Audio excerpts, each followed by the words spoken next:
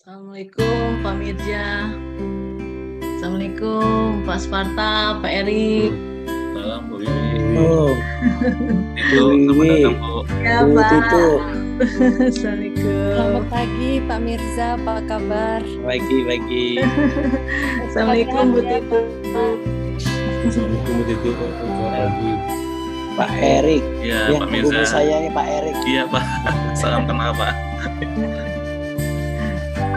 Pak Erik nggak kayak di layar loh Pak Mirza, orangnya besar banget. Gede orang. Tinggi besar ya Bu. Seperti giant.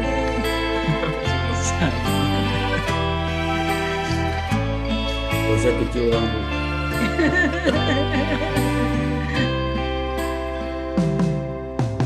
Bisa dimulai ya Bapak Pak Mirza, Bu itu ya. Ya, Silakan. Ya, silakan.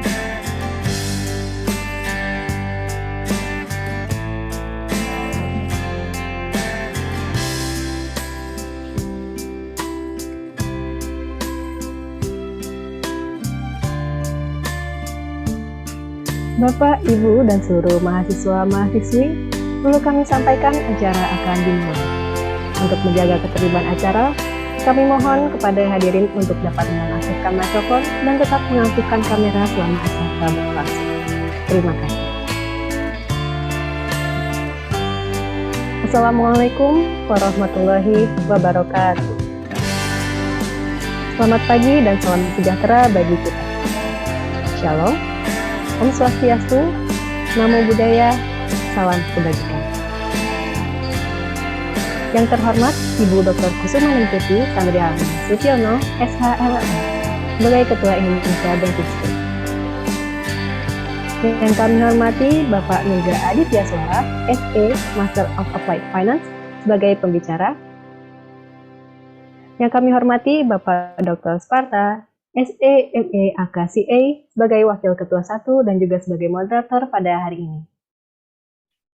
Yang kami hormati Bapak Gatot Sugiono, SEMM sebagai Wakil Ketua 2. Yang kami hormati Bapak Dr. Erik Wijaya, SEME sebagai Kepala Program Studi Manajemen. Yang kami hormati Ibu Meta Andriani, SEMM sebagai Sekretaris Program Studi Manajemen. Yang kami hormati Ibu Dr. Wiwi Idawati, SEMSI AKCA ACPA, sebagai Kepala Program Studi Akuntansi. Yang kami hormati Bapak Dr. Bambang Budijana, SEMSC, sebagai Kepala Program Studi Manajemen Keuangan Perbankan Syariah. Yang kami hormati Ibu Puspita, SEMSI, sebagai Sekretaris Program Studi Manajemen Keuangan Perbankan Syariah. Yang kami hormati Dinda Ayu Tama Putri sebagai Ketua Himpunan Mahasiswa Manajemen. Yang kami hormati Bapak Ibu dosen dan yang kami banggakan mahasiswa-mahasiswi Indonesia Banking School yang telah hadir pada pagi ini.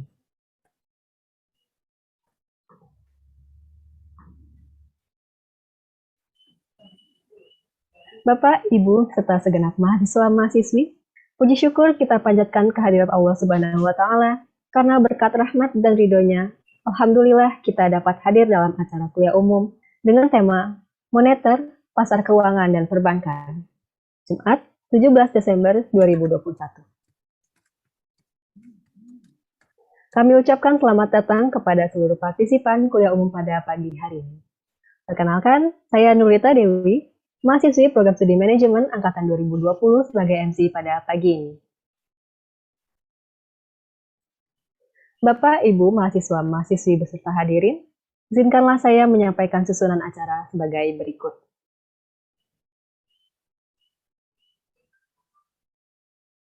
Pertama, pembukaan. Kedua, mendengarkan lagu Indonesia Raya. Tiga, mendengarkan Mars IPS. 4, pembacaan doa. 5, sesi foto bersama. 6. Sambutan dari Ibu Dr. Kusumaningtuti Sandriani Sutiono, SHLM, selaku Ketua Indonesia Banking School. 7. Pembacaan CV moderator. 8. Pembacaan CV pembicara. 9. Pemaparan materi oleh pembicara. 10. Sesi tanya-jawab. 11. Penyerahan sertifikat untuk pembicara dan moderator. 12. Penutup.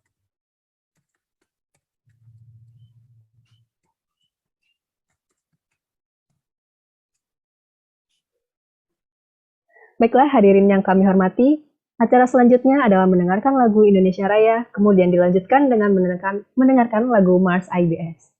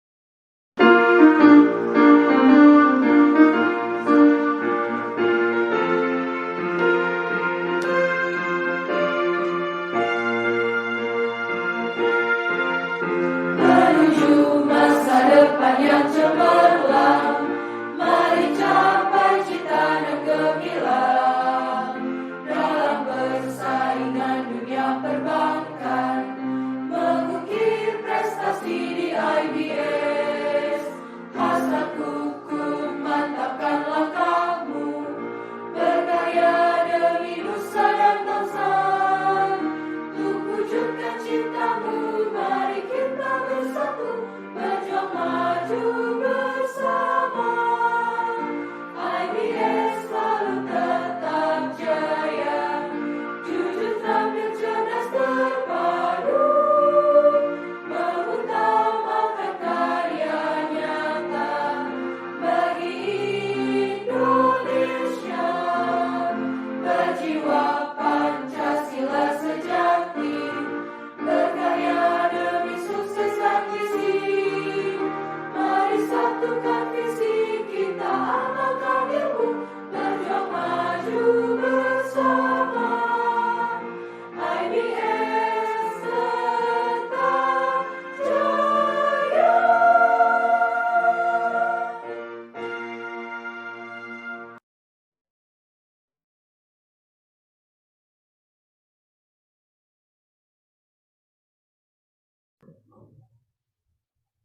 Sebelum memasuki acara lebih lanjut, marilah kita awali acara ini dengan berdoa yang akan dipandu oleh Saudara Muhammad Rahiki Mahtu.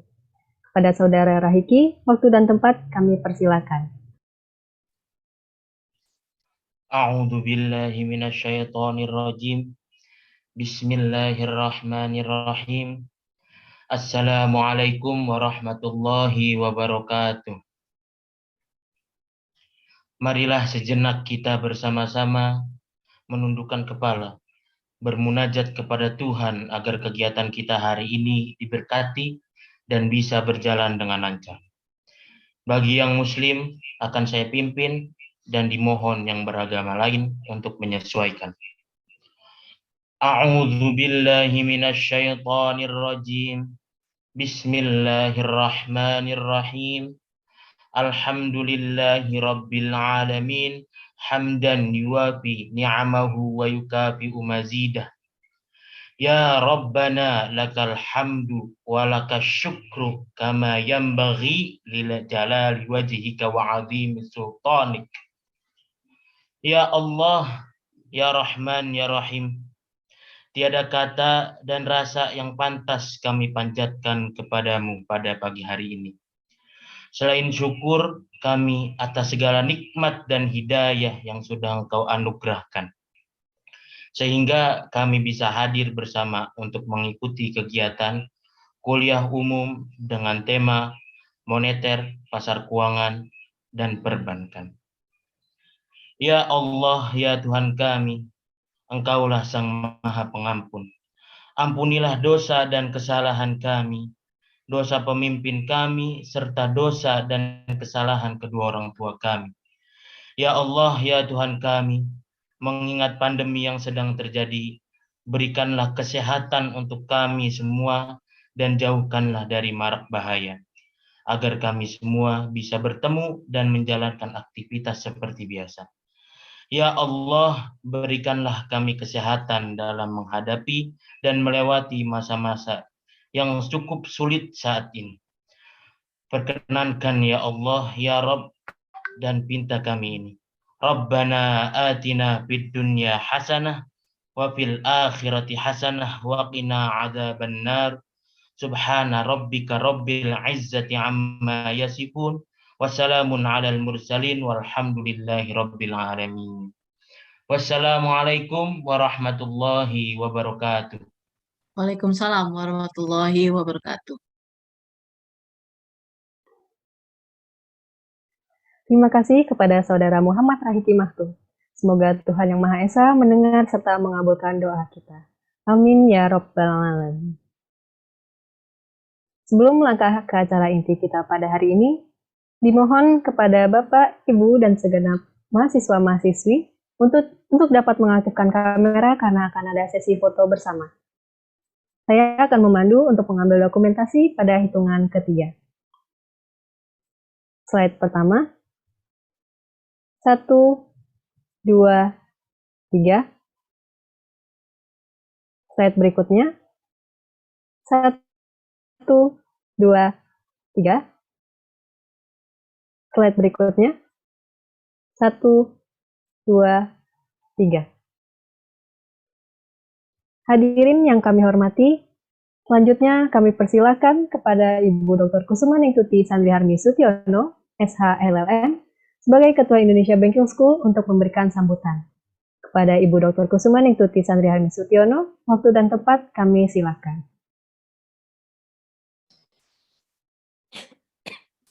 Bismillahirrahmanirrahim. Narasumber yang saya hormati dan banggakan, Bapak Mirza Aditya Swara, SE, MAPP, FIN, Direktur Utama Lembaga Pengembangan Perbankan Indonesia.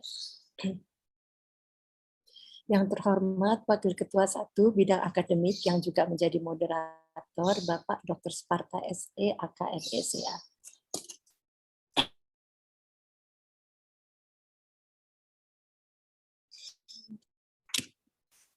Wakil Ketua 2 Bidang Keuangan dan SDM, Bapak Gatot Sugiono, SEMM. Yang terhormat para Kepala Prodi, Sekretaris Prodi, Tenaga Kependidikan, dan Bapak Ibu, dosen Indonesia Banking.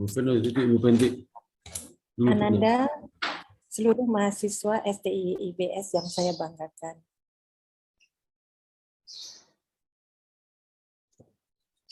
Assalamualaikum warahmatullahi wabarakatuh. Selamat pagi dan salam sejahtera bagi kita semua. Shalom, Om Swastiastu, Namo Buddhaya, dan salam kebajikan. Pertama-tama, marilah kita panjatkan puji syukur kehadirat Allah Subhanahu wa Ta'ala, karena atas rahmat dan karunia-Nya lah kita bisa hadir pagi ini secara daring dalam rangka kuliah umum Indonesia Thinking School yang dibawakan oleh Bapak Mirza Aditya Swara SEM APP FIN, Direktur Utama Lembaga Pengembangan Perbankan Indonesia, dengan tema Moneter, Pasar Keuangan, dan Perbankan. Bapak Ibu Ananda, mahasiswa sekalian, dengan visi IBS menjadi perguruan tinggi unggul sebagai penyedia sumber daya manusia berkualitas yang berwawasan global di bidang keuangan dan bisnis berbasis teknologi digital. Dan dengan salah satu dari 5 misi IBS, menyelenggarakan pendidikan tinggi untuk menghasilkan lulusan berintegritas, berkualitas, siap pakai, yang berwawasan global di bidang keuangan dan bisnis berbasis teknologi digital. Maka setiap program studi di IBS menyelenggarakan kuliah umum, minimal 2 kali setiap semester dengan tema yang relevan dengan mata kuliah dalam kurikulum dan dengan menghadirkan praktisi yang mumpuni di bidangnya.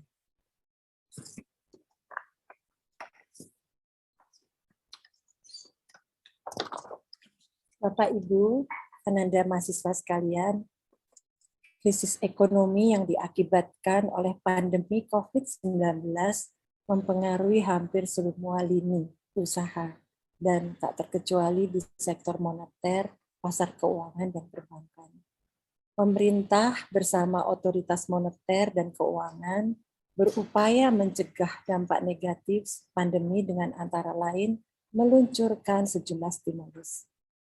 Selanjutnya, pemerintah kini berupaya keras untuk melakukan economic recovery dan mengaktifkan dunia usaha dengan tetap menjaga dinamika pasar keuangan dan stabilitas sistem keuangan.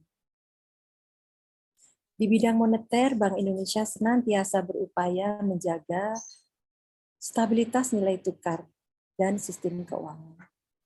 Di tengah perkiraan inflasi yang rendah, dan dengan tetap mendukung upaya pertumbuhan ekonomi. Di bidang pasar keuangan dapat dikatakan bahwa hingga dewasa ini, tingkat pendalaman keuangan atau financial deepening masih relatif rendah, terutama bila dibandingkan dengan negara-negara di kawasan dan emerging market lainnya. Kapitalisasi pasar Indonesia yang pada tahun 2020 adalah sebesar 47% dari PDB, sementara India 99% dan Malaysia 130%. Membuat kita perlu terus mengupayakan akselerasi pengembangan dan pendalaman pasar keuangan. Kinerja sektor perbankan sepanjang tahun 2020 yang terdampak oleh pandemi COVID-19 terrefleksi pada kontraksinya pertumbuhan kredit perbankan. Menjelang pertengahan tahun 2021, fungsi intermediasi perbankan mulai tumbuh positif, meski belum kuat.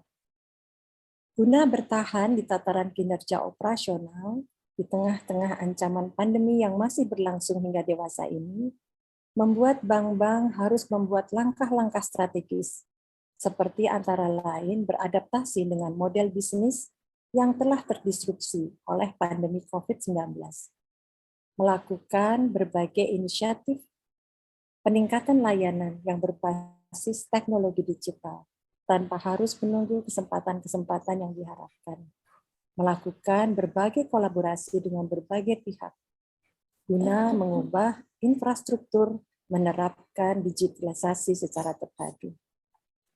Bapak, Ibu, Ananda mahasiswa sekalian, kita beruntung karena pagi ini kita akan mendengarkan paparan langsung dari narasumber yang berpengalaman dan mumpuni, sekaligus memiliki ketenaran untuk memberikan penjelasan di bidang ekonomi, moneter, dan keuangan dengan cara yang mudah dipahami, terutama bagi kalangan mahasiswa yang sedang menempuh pendidikan tinggi. Oleh karena itu, pada kesempatan ini saya ingin menyampaikan terima kasih dan apresiasi yang tinggi kepada Bapak Mirza Aditya Swara SEMAPP PIN, Direktur Utama Lembaga Pengembangan Perbankan, yang sebelumnya juga merupakan Deputi Gubernur Senior Bank Indonesia, sekaligus ex officio anggota Dewan Komisioner OJK. Dan sebelumnya beliau merupakan Kepala Eksekutif Lembaga Penjamin Simpanan, dan sebelumnya lagi merupakan Kepala Riset di Bank Mandiri. Beliau telah menyediakan waktunya yang berharga dan berkenan membawakan kuliah umum di Indonesia Banking School. Saya berharap Ananda mahasiswa IBS kalian dapat mensyukuri kesempatan ini dengan mendengarkan paparan beliau secara seksama dan dapat mengajukan pertanyaan-pertanyaan yang baik di sesi diskusi yang disediakan. Semoga kegiatan ini membawa manfaat bagi kita semua dan semoga Allah Subhanahu wa Ta'ala senantiasa memberikan rahmat-Nya. Demikian, terima kasih. Wassalamualaikum warahmatullahi wabarakatuh.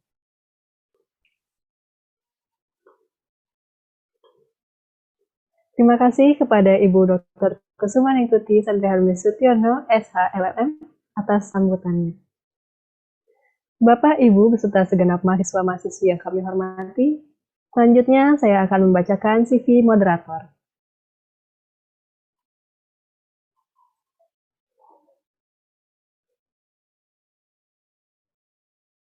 Akan saya bacakan CV Bapak Dr. Sparta, SEMAKCA sebagai moderator pada hari ini.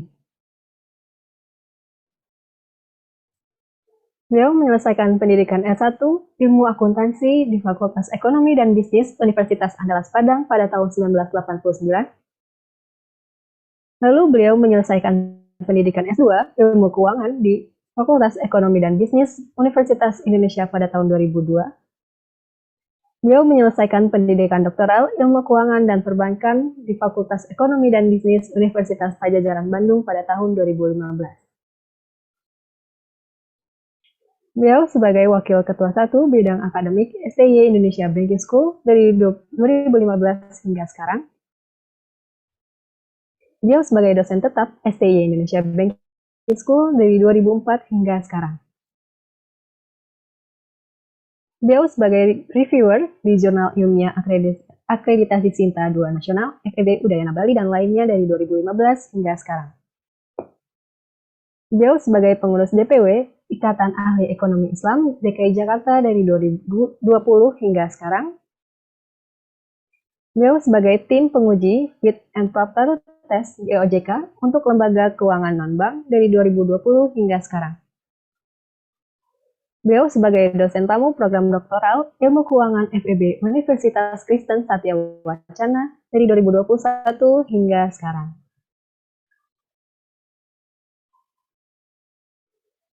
Acara selanjutnya saya serahkan kepada Bapak Dr. Sparta, SEMAKCA sebagai moderator pada hari ini. Kepada Bapak Dr. Sparta, waktu dan tempat kami persilakan.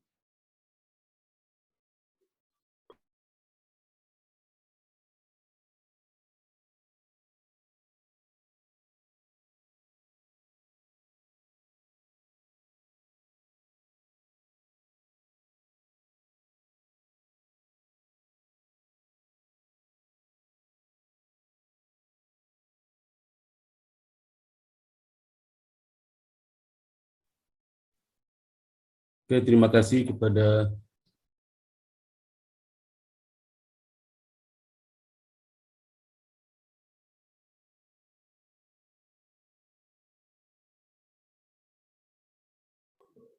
Mohon maaf, Bapak masih di mute.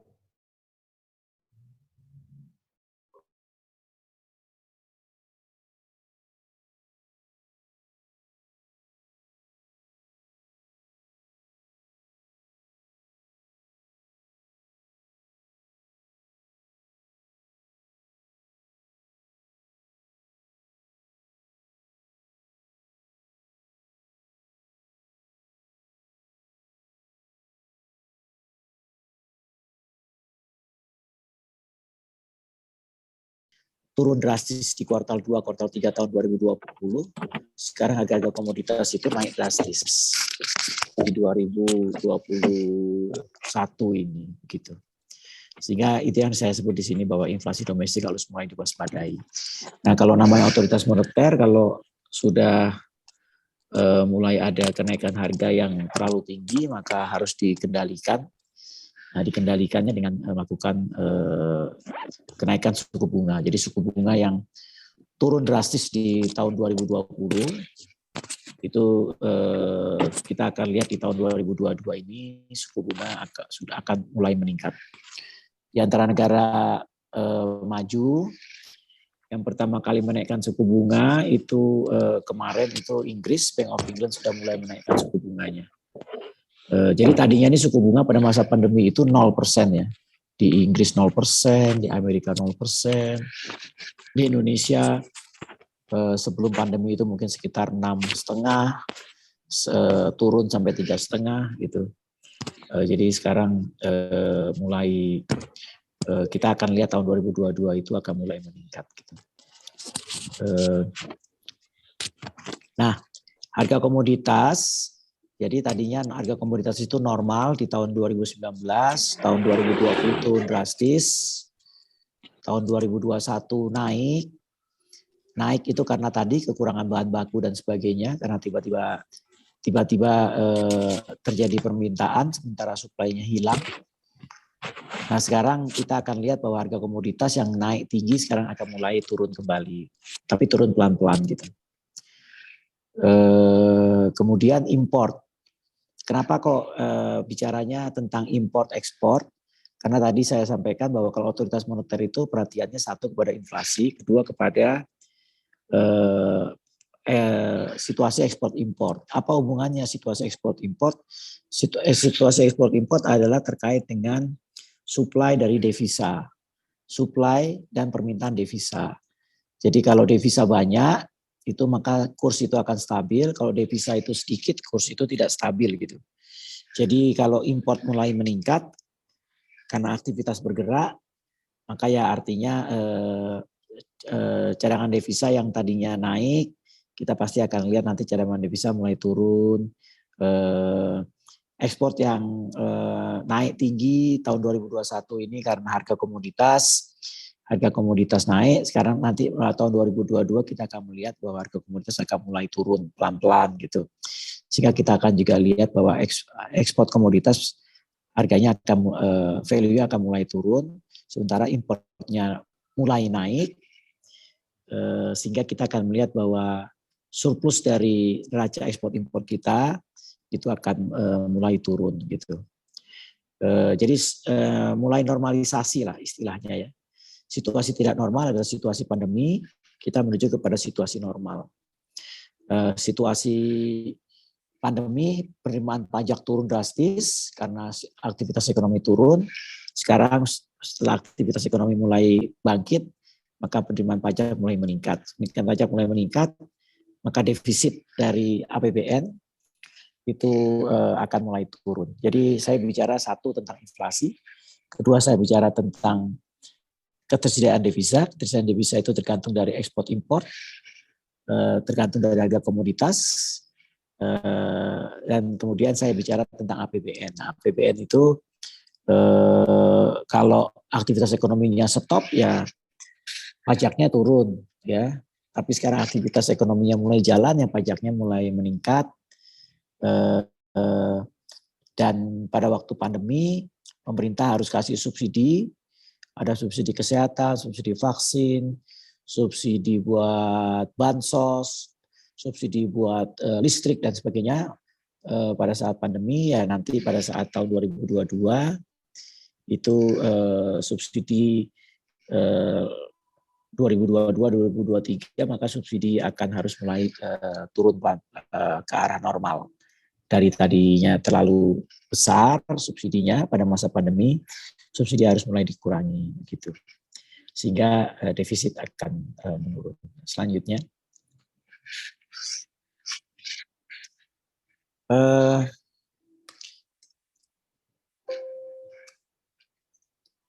Nah, ini saya cerita tentang pemulihan ekonomi. Jadi kalau kita lihat di sini, ini ada kita bicara tentang negara terbesar di dunia, Amerika, bahwa domestic demand ya itu kita lihat bahwa sekarang mulai naik kembali gitu, yang warna hitam itu. Jadi kalau yang garis titik-titik itu adalah pre-COVID ya.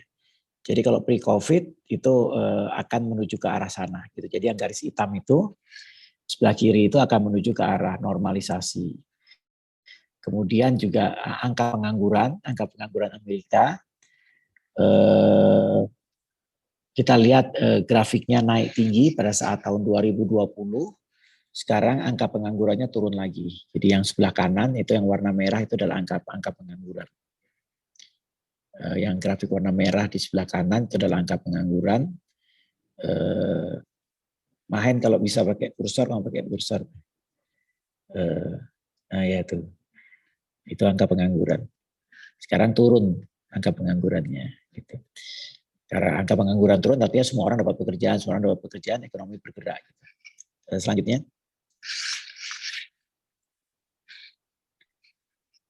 Ini juga aktivitas manufaktur. Aktivitas manufaktur juga mulai meningkat. Aktivitas manufaktur itu kalau di atas 50 itu artinya ada ekspansi, kalau di bawah 50 ada kontraksi gitu. Jadi kita lihat yang sebelah kiri itu global itu kan pada waktu Maret, Mei, Juni sebelah 2020 kan turun tuh angkanya di bawah 45 bahkan.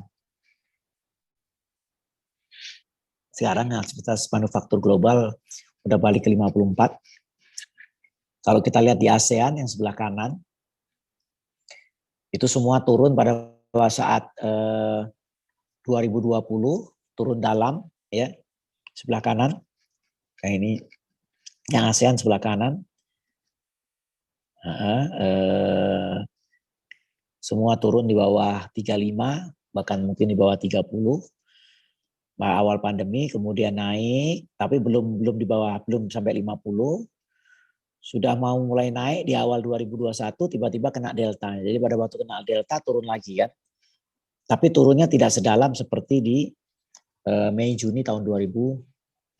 Jadi di sini kita lihat gelombang COVID-nya.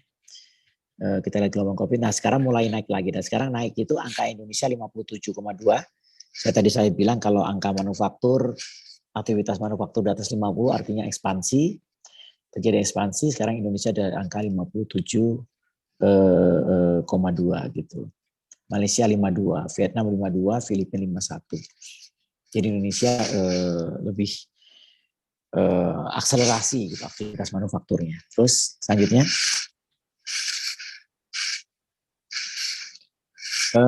pertumbuhan ekonomi dunia kalau kita lihat tahun 2019 sebelum COVID sebelah kiri ya itu 2,8. Jadi sebelum COVID itu pertumbuhan ekonomi dunia itu 2,8. Kenapa kok angkanya cuma 2,8 Pak Mirsa ya? Karena kalau negara maju itu pertumbuhan ekonominya cuma angkanya memang biasanya antara 1-2% gitu. Sedangkan kalau negara-negara masih berkembang seperti Indonesia, Thailand, gitu, China, gitu kan pertumbuhan ekonominya biasanya kalau masa normal itu antara 5-7%. Sehingga kalau dibobot pertumbuhan ekonomi dunia ya sebelum COVID itu 2,8. Pada waktu COVID pertumbuhan ekonomi dunia turun sampai minus 3,1. Nah, jadi tahun 2021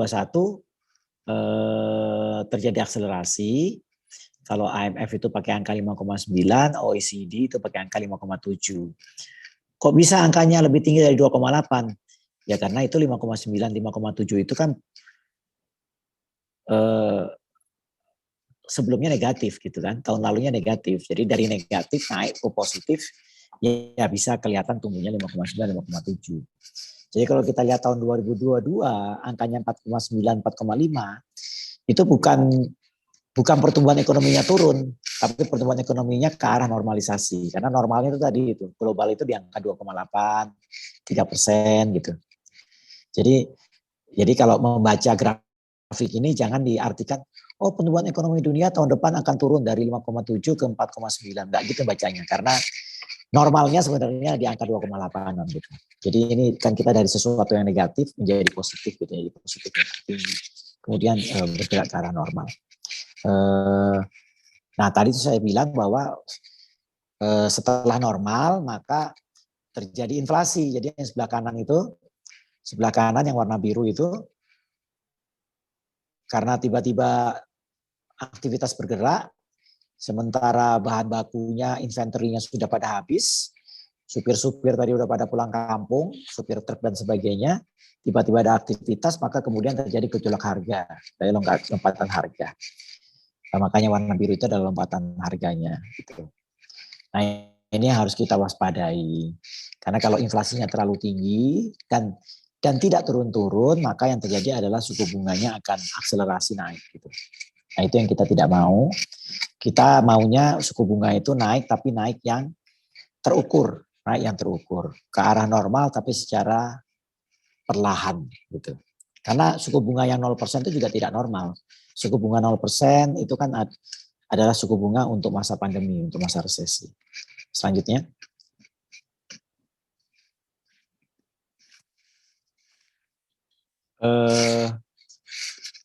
Ini saya rasa kita hanya sekedar menunjukkan bahwa aktivitas manusia itu meningkat.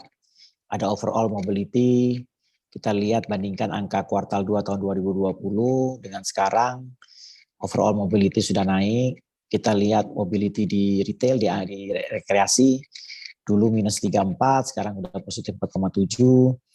Mobility orang pergi ke grocery, ke farmasi, dulu minus 13,9.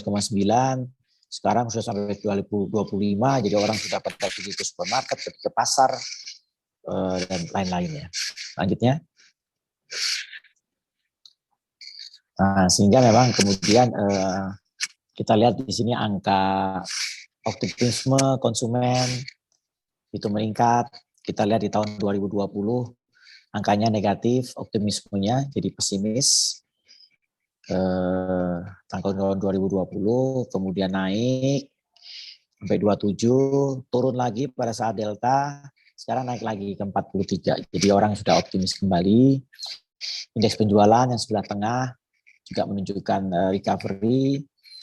Indeks nilai belanja Bank Mandiri, jadi Bank Mandiri itu mempunyai data-data nasabah tentu, ngapain aja nasabahnya, jadi kelihatan ada nasabahnya yang gesek kartu, atau pakai link aja dan sebagainya, ada yang pakai e-money dan macam-macam, itu kelihatan aktivitas nasabahnya, kelihatan bahwa sekarang aktivitas nasabahnya udah indeksnya itu 115 gitu. Sehingga memang kelihatan aktivitas naik. Tadi PMI yang sebelah kiri, aktivitas import yang sebelah tengah bawah. Jadi kita lihat bahwa pada masa pandemi import turun, karena semua orang di rumah nggak beli apa-apa, belinya beli online. Sekarang mulai nggak ada yang bikin pabrik, nggak ada yang bikin macam-macam. Sekarang mulai ada aktivitas, jadi mulai ada import barang modal, mulai import barang baku, sehingga mulai naik. Juga pertumbuhan konsumsi listrik, tadinya pabrik tutup, toko-toko tutup dan sebagainya, sekarang toko-toko mulai buka, pabrik buka dan sebagainya, sehingga kelihatan rekening listriknya meningkat gitu ya, kira-kira gitulah, rekening listriknya meningkat. Terus selanjutnya.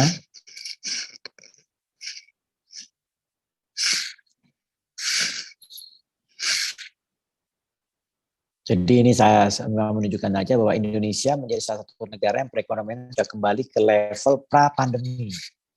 Jadi ini pakai indeks gitu ya. Jadi kalau Tiongkok misalnya pra-pandeminya 100 gitu kan. Tiongkok tuh. Sekarang tuh angkanya udah 110. Jadi ya di Tiongkok itu udah normal banget gitu ya. Di Amerika pra-pandemi itu 100. Pas pandemi turun ke 96 gitu, sekarang udah 101, udah normal. Filipina pra-pandemi 100, sekarang dia baru 94. Ya, udah recovery tapi baru 94, jadi belum back to normal. Indonesia pra-pandemi 100, sekarang kita udah 101. Kalau Bapak Ibu teman-teman yang misalnya sudah pergi ke Jogja, pergi ke Semarang, pergi ke Surabaya, pergi ke Bali, sekarang udah pada penuh. ya. Artinya di sana udah seperti normal, walaupun Bali belum penuh, tetapi kelihatan bahwa aktivitas turis itu sudah di lapangan terbangnya di Bali itu sudah cukup padat gitu. Di Thailand juga baru 100,8 ya, baru 100,8. Malaysia belum ya. Jadi kalau kita bandingin antara Malaysia, Thailand, Filipina, kita ini lebih sudah bisa dibilang back to normal. Kita sudah bilang back to normal aktivitasnya. Gitu. Ya, itu kita harus syukuri ya. Pandeminya, COVID-nya tiba-tiba seperti hilang, itu kita harus syukuri. Sehingga kemudian kita beraktivitas. Itu yang meneliti kenapa tiba-tiba COVID-nya seperti hilang, itu kita serahkan kepada peneliti kedokteran. Gitu ya.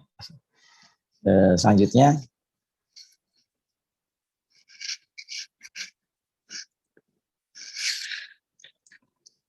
nah ini sekedar menunjukkan mengenai China ya. China itu adalah negara kedua terbesar di dunia. Jadi China itu, kita nggak bisa lihat China itu seperti China tahun 70 atau 80. Waktu itu masih negara miskin.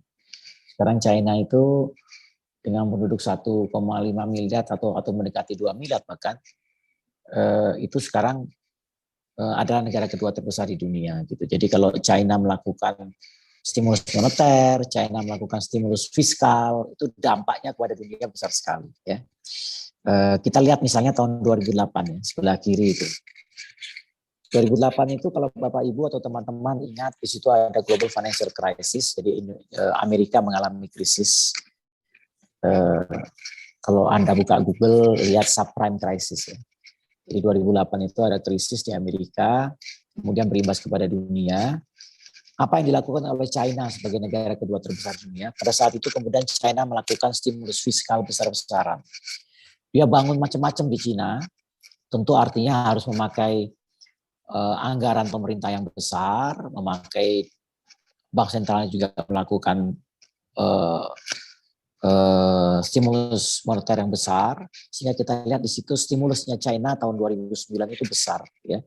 Itu kemudian mengangkat ekonomi dunia pada saat setelah subprime crisis. Jadi tahun 2008 ada subprime crisis, 2009 itu China melakukan stimulus, 2010 itu kemudian ekonomi dunianya normal gitu ya.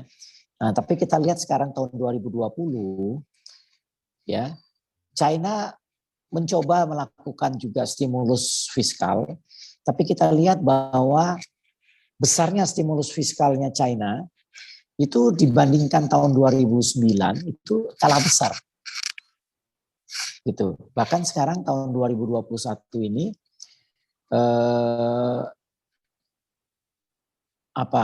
stimulusnya itu yang kemudian menjadi pertumbuhan kredit itu tidak setinggi dulu gitu. Apa yang terjadi dengan China?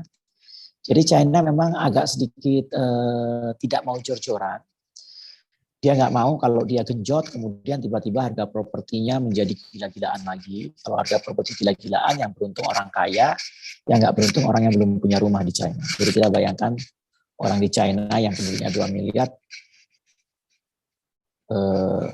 kalau pada ngamuk nggak punya rumah kan ya repot ya, gitu kan. Jadi dia dia tidak mau bikin stimulus yang kemudian terlalu besar, malah hanya membuat harga propertinya naik gak karuan. Kedua, dia juga ingin bahwa ekonominya menjadi lebih ekonomi hijau, sehingga kalau dia genjot kemudian yang terjadi malahan tambang batu bara dan sebagainya menjadi beroperasi full capacity, malah nggak bagus buat lingkungan dan sebagainya, sehingga memang China agak berhati-hati melakukan stimulus. Selanjutnya, ya. Ini kalau teman-teman, Bapak Ibu ngikutin berita di China, apa sih yang terjadi di China sekarang? Kenapa kok harga-harga saham perusahaan internet di China itu kok turun gitu? Bahkan ada perusahaan China yang baru IPO di Amerika, kemudian dia delisting gitu. Dia delisting dari pasar Amerika. Jadi memang sekarang ini kalau dulu zaman saya kecil itu yang berkompetisi, berantem secara ideologi adalah Amerika versus Rusia versus Soviet. Kalau sekarang ini Amerika versus China, ya. Jadi kompetisi ideologi, kompetisi dagang, kompetisi bisnis, kompetisi teknologi antara China dan Amerika ini memang semakin tinggi tensinya, sehingga China tidak memperbolehkan perusahaan-perusahaannya itu listing di Amerika, sehingga ada yang mencoba listing di Amerika, dimarahin, kemudian dia harus cabut gitu. Dan China juga nggak suka lihat perusahaan-perusahaan internetnya menjadi terlalu dominan di negara komunis itu kan, kalau menurut paham komunis nggak bagus gitu kan. Jadi dia ingin berusaha mengendalikan, maka kalau baca berita itu seperti Jack Ma yang punya Alibaba itu dimarahin dan sebagainya, sehingga sekarang Jack Ma itu ngumpet gitu kan. Sekarang nggak pernah dengar lagi Jack Ma ngomong kan. Jadi itu yang kemudian terjadi. Kita lihat bahwa beberapa saham-saham teknologi di Cina itu pada turun banyak gitu. Terus selanjutnya.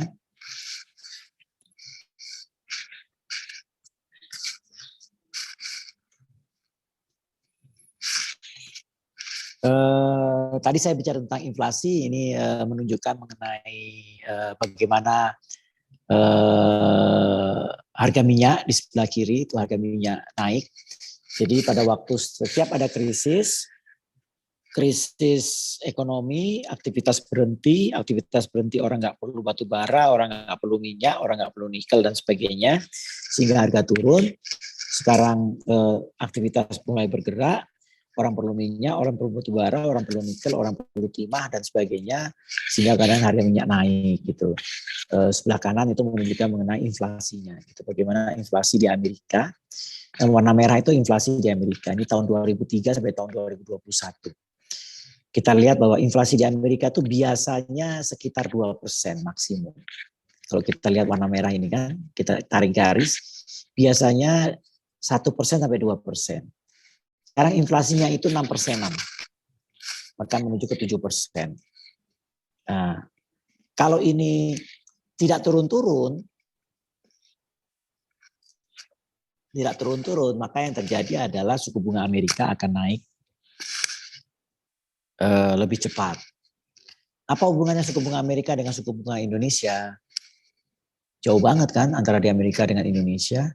Tapi ya biar bagaimana, namanya Amerika itu adalah negara terbesar di dunia, mata uangnya masih digunakan oleh berbagai kalangan bisnis, perbankan, bisnis dan macam-macam, itu masih pakai mata uang dolar untuk kegiatan dagang, kegiatan investasi.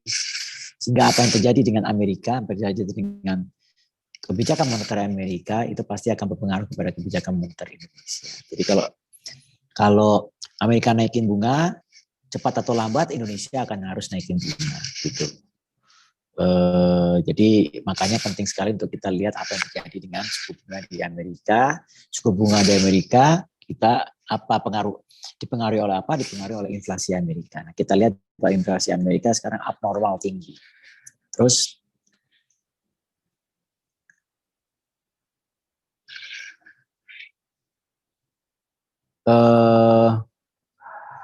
ini juga grafik sebelah kiri.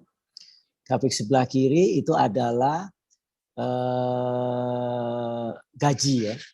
Jadi wage ya, gaji, indeks gaji, dan suku bunga Amerika. Jadi biasanya kan kalau resesi, kalau Amerika ini kan kalau ada resesi mudah sekali melakukan PHK. Kemudian pada saat ekonomi bangkit mudah sekali melakukan rekrutmen. Jadi memang ekonominya tuh kayak begitu ya, ya kapitalisme murni lah gitu. Jadi kalau ada resesi, company ditutup, orang di layoff, ada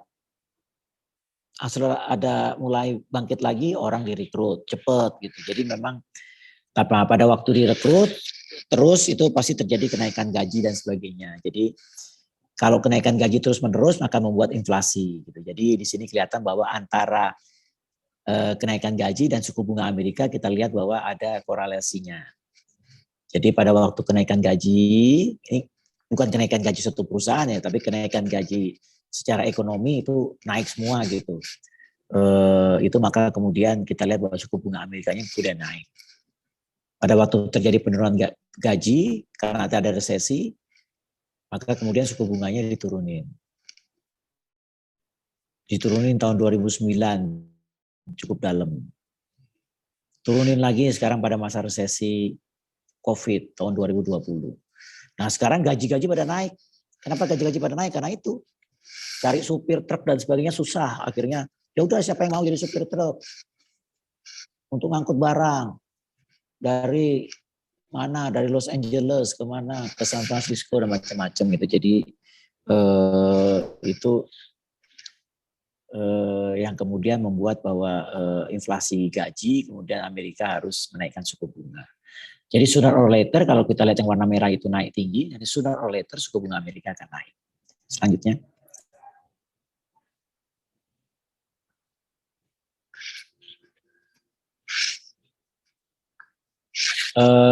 Ya ini tadi saya kutip aja dari Goldman, nanti ada kutipan dari Morgan Stanley, ya karena mereka yang mengamati ekonominya lebih dari dekat kan.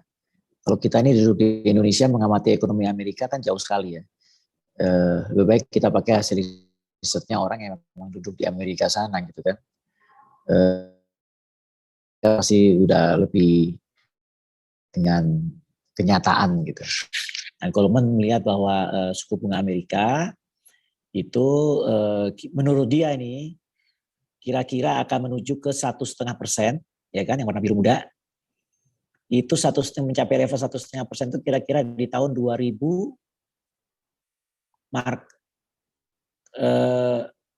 menurut market tahu 1,5% di tahun 2024. Menurut Goldman tahun 2024 itu akan di level mendekati 2%. Gitu. Jadi Goldman percaya 2%, market percayanya 1,5 gitu. Tapi intinya tahun 2022 mulai naik. Gitu. Apakah kita harus khawatir? Enggak harus khawatir selama naiknya itu naik yang dikomunikasikan dengan baik dan naik perlahan. Gitu. Kita akan khawatir kalau naiknya terlalu cepat. Kalau naik terlalu cepat maka akan terjadi guncangan. Karena kemudian guncangan, kenapa kok guncangan? Karena biasanya akan berpengaruh kepada kurs dolar gitu. Jadi orang akan balik lagi beli dolar dan sebagainya. Gitu. Tapi kalau naiknya pelan-pelan, suku bunganya dan dikomunikasikan dengan baik, maka kita tidak harus khawatir. Gitu. Sebelah kanan ini apa? Sebelah kanan ini menunjukkan bahwa memang biasanya kalau suku bunga naik dan terus naik, lama-lama kan pasti akan berpengaruh kepada aktivitas ekonomi ya. Dan memang suku bunga itu dinaikkan karena untuk mengendalikan supaya aktivitas ekonominya tidak overheating. Ya. Jadi memang ekonomi itu kalau aktivitas ekonomi terlalu lambat, resesi harus dibangkitkan. Suku bunga diturunkan supaya ekonomi bangkit. Pada saat ekonominya akselerasi, terjadi kenaikan harga, nggak boleh kenaikan harga terlalu tinggi. Akan terjadi overheating. Dikendalikan. Kendalikan dengan apa? Suku bunganya harus naik. Jadi itu memang seninya monetary policy ya. Nah, kemudian pasti itu kan berpengaruh kepada kinerja perusahaan dan macam-macam. Jadi di sini saya menunjukkan aja mengenai S&P 500 itu adalah indeks yang mengukur kinerja dari saham-saham perusahaan di Amerika, 500 perusahaan saham di Amerika. Kita lihat bahwa biasanya kalau suku bunganya naik, itu memang pasti ada sedikit koreksi lah. Sedikit koreksi di pasar modal. Jadi kita lihat terjadi di tahun 2007 ada koreksi gitu ya, pada waktu suku bunga Amerika itu naik dari 2005 ke 2007 ada suku bunga Amerika itu naik gitu. Kemudian tahun 2000 sekarang diperkirakan kalau suku bunga Amerika naik pasti ada koreksi juga di kinerja saham di Amerika. Jadi tapi dia bilang bahwa koreksi ada tapi koreksinya nggak banyak. Kira-kira gitulah kita bacanya. Akan ada koreksi harga saham di Amerika tapi koreksinya kalau kita lihat di situ ya koreksinya nggak banyak. Terus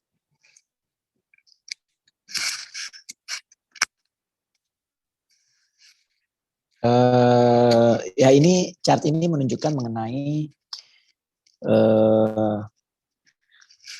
kan kalau di pasar uang itu ada suku bunga jangka pendek, itu biasanya kita bilang suku bunga BI rate, suku bunga Fed Fund rate, gitu kan, itu suku bunga jangka pendek.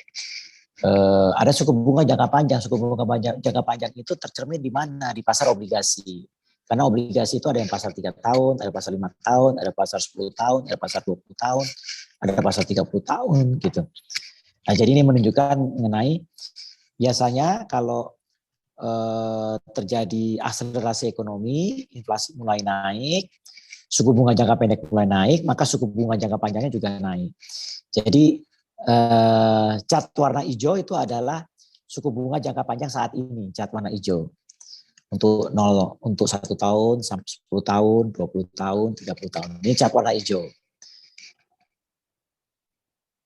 Ya, cat warna kuning.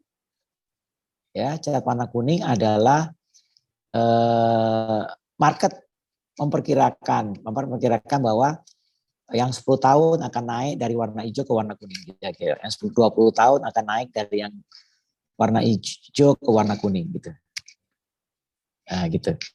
Nah, kalau yang warna merah apa? Yang warna merah ini BlackRock. BlackRock itu adalah fund manager terbesar di dunia. Jadi kalau nggak salah dia mengelola dana mungkin sudah $3 triliun. Ya, 3 triliun dolar itu berapa besar Pak Mirsa? Ekonomi Indonesia ini 1 triliun dolar. Jadi ini ada fund manager mengelola 3 triliun dolar. Ya, dia memperkirakan bahwa suku bunga jangka panjang 5 tahun, 10 tahun, 20 tahun, 30 tahun itu ke warna merah itu. Yang sekarang di warna hijau. Kira-kira naiknya berapa banyak? Ya kira-kira naiknya kita lihat yang 30 tahun dari 2 ke 3 gitu kan. Mungkin 70 basis, 80 basis. Jadi 0,7 itu kita nyebutnya 70 basis. 0,8 kita nyebutnya 80 basis. Jadi kita lihat bahwa akan terjadi kenaikan suku bunga jangka pendek, akan terjadi kenaikan suku bunga jangka panjang. Tercermin di mana Pak? Tercermin di yield dari obligasi gitu. Ini bicara tentang obligasi di mana? Obligasi di Amerika. Apakah pengaruh kepada obligasi di Indonesia? Pengaruh. Kalau obligasi di Amerikanya naik, obligasi di Indonesianya juga naik. Gitu. Ya, jadi begitu. Terus selanjutnya.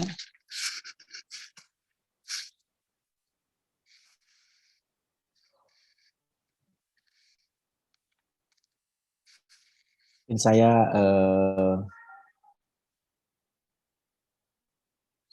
ini saya lewatin aja terus.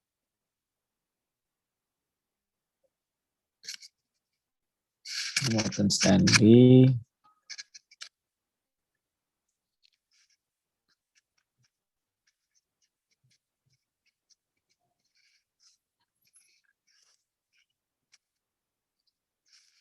Juga lewatin aja.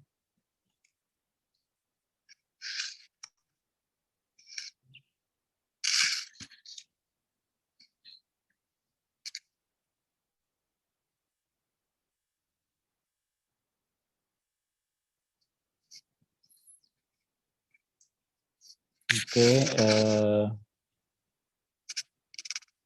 nah ini chart ini menunjukkan mengenai tadi harga-harga komoditi yang dari turun menjadi naik, kemudian akan mulai turun lagi. Gitu. Jadi kita lihat batu bara nih, batu bara tiba-tiba naik tahun 2021 karena aktivitas ekonomi tiba-tiba naik, ya. Nah, kemudian sekarang mulai turun. Gitu. Gas juga begitu, yang tengah. Minyak mentah juga begitu. Sebelum pandemi $60, $70, turun di waktu masa pandemi sampai berapa itu? Sampai $15. Kemudian mulai naik lagi, sekarang $78. Gitu. Ya, jadi sekarang udah di atas sebelum masa pandemi. Gitu. Harga pangan juga yang sebelah kanan. Harga pangan itu ada, kalau kita mungkin beli minyak goreng di pasar, pasti sekarang harganya udah naik karena harga CPO-nya naik. Ya, harga gula juga mungkin naik, harga kopi naik macam-macam. Nikel, ya nikel. Kita ini beruntung karena kita punya nikel, kita punya CPO, kita punya karet. Pada waktu harga nikel naik, ya ekspor nikel kita nilainya besar. Pada waktu harga CPO naik, ekspor CPO kita nilainya besar gitu ya. Waktu harga karet naik, begitu juga. Jadi tentu di belakang ini kan ada petani karet, ada petani CPO gitu, ada penambang nikel dan gitu ya. Itu mengalami perbaikan income lah gitu. Ya. Itu lihat yang tengah harga kedelai. Kita ini sering makan tempe, tapi kita ini bukan negara penghasil kedelai. Ya, jadi kalau mungkin sekarang harga tempe di Indonesia naik juga gitu. Terus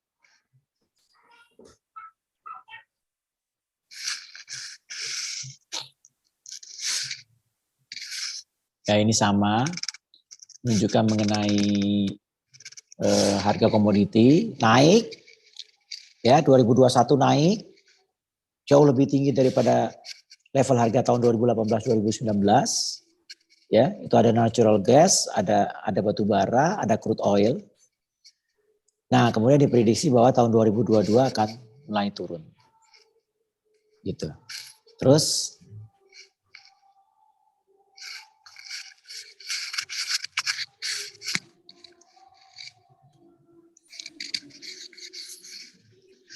nah ini saya ambil dari Macquarie. Macquarie ini perusahaan sekuritas dari Australia. Mereka biasanya cukup ahli dalam komoditas gitu ya.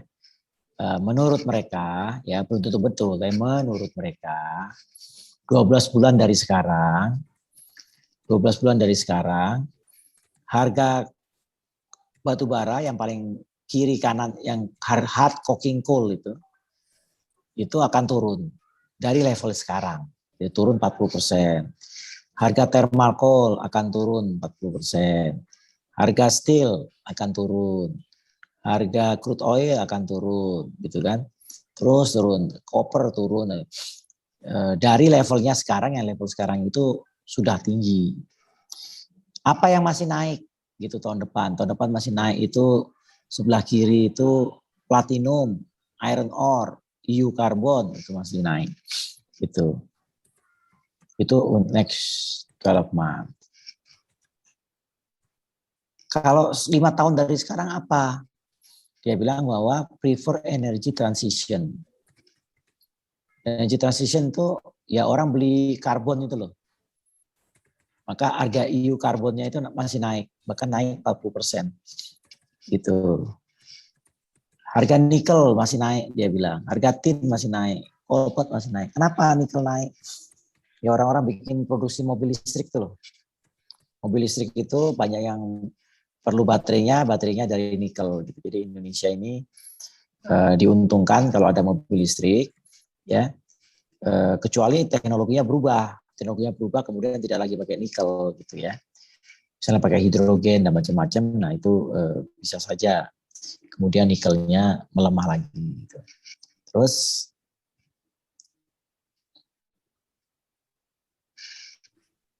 nah ini year to date kita lihat bagaimana harga timah naik 95%, harga batu bara naik 80%, natural gas naik 7%. Tapi kan tadi dikasih tahu bahwa kalau menurut Macquarie 12 bulan dari sekarang turun tuh gitu. Dia bilang gitu kan. 12 bulan dari sekarang turun. Kalau currency gimana? Currency year to date ada mata uang yang jatuh. Yang jatuh itu apa? Turki lira itu emang jatuh terus itu. Turki lira itu jatuh terus. Menteri Keuangannya diganti, Gubernur Bank Sentral diganti, masih jatuh juga. Kenapa? Apa yang menyebabkan Turki kok mata uangnya suka jatuh? Kalau untuk kita yang pergi ke Turki sebagai turis, kita senang kalau mata uang Turki jatuh karena beli barang murah di sana.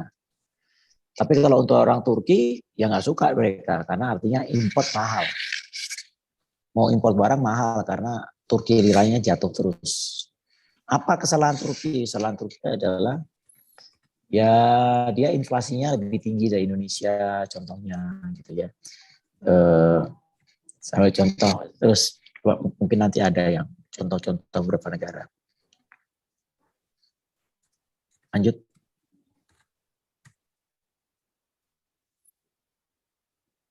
Nah, ini apa ini? Ini adalah tadi itu yang ekspor import itu. Ekspor import barang dan jasa itu disebut sebagai current account. Pokoknya kalau Bank Sentral itu ngomong inflasi, ngomong ekspor import, inflasi itu akan terkait dengan suku bunga. Ekspor import itu akan terkait dengan devisa. Devisa itu akan terkait dengan kurs gitu. Jadi pasti ngomongnya itu gitu. Jadi balance of payment itu kelihatan bahwa kalau dia surplus itu kurs kita akan relatif stabil gitu, kira-kira gitu. Tapi kalau misalnya balance of payment-nya defisit, karena account-nya defisit besar, maka terus kemudian di saat yang bersamaan suku bunga Amerika naik, maka itu biasanya kita akan sulit mengelola kurs. Tapi kalau balance of payment-nya surplus, ekspor importnya surplus, inflasinya terkendali, Amerika naikin bunga, nggak apa-apa. Karena kitanya akan tetap terjaga. Yang kita akan sulit mengendalikan stabilitas kurs adalah kalau Amerika naikin bunga, di saat yang sama kita sedang defisit ekspor impor, inflasi sedang tinggi, nah itu kita akan goyang biasanya begitu. Lanjutnya. Nah ini pembanding aja ya. Itu kita lihat tuh, Turki ya, Turki kursnya jatuh 44% tahun ini. Argentina kursnya jatuh 16%, Brasil kursnya jatuh 7%. Indonesia hanya 1,3. Tanya lagi, loh kok Indonesia cuma 1,3 Pak? Depresiasinya ya tadi itu. Karena ekspor import barang jasa kita surplus. Inflasi kita masih 1,8, terkendali gitu kan.